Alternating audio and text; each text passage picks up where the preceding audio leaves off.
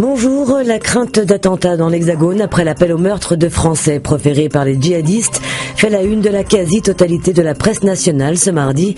Après les frappes en Irak, l'État islamiste menace les États-Unis, mais également la France de représailles, titre Le Monde.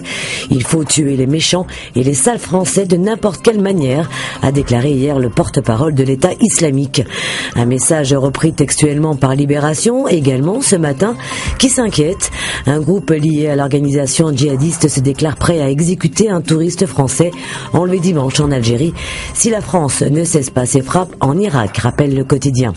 Ce Français, un guide de haute montagne et photographe amateur de 55 ans, originaire de Nice, otage des islamistes qui fait aussi la une d'aujourd'hui en France. Il a été enlevé alors qu'il effectuait une randonnée avec des amis algériens dans le massif du Djoudjoura. La question fait plus que se poser, elle s'impose.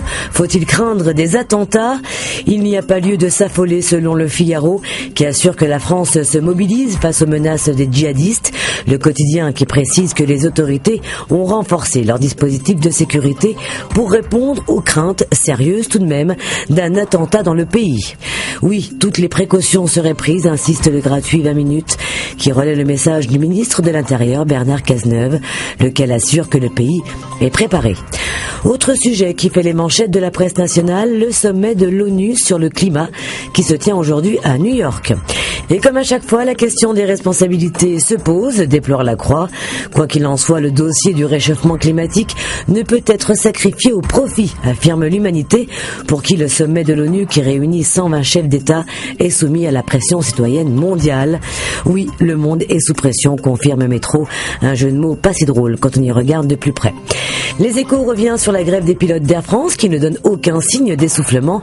Le quotidien constate que le Premier ministre s'en mêle et soutient la direction en demandant aux pilotes de rapidement mettre fin à cette grève. Ce n'est pas dit qu'ils écoutent. Laurent Blanc a une semaine pour tout changer, prévient l'équipe. Affaibli par la série de contre-performances du PSG, l'entraîneur parisien a 8 jours et 3 matchs pour redresser la situation. Allez Lolo, courage. On se quitte avec ce trait d'humour de Bauer sur l'actualité, parce qu'il vaut mieux en rire, même si ça n'est pas franchement drôle. Très belle journée et bonne lecture.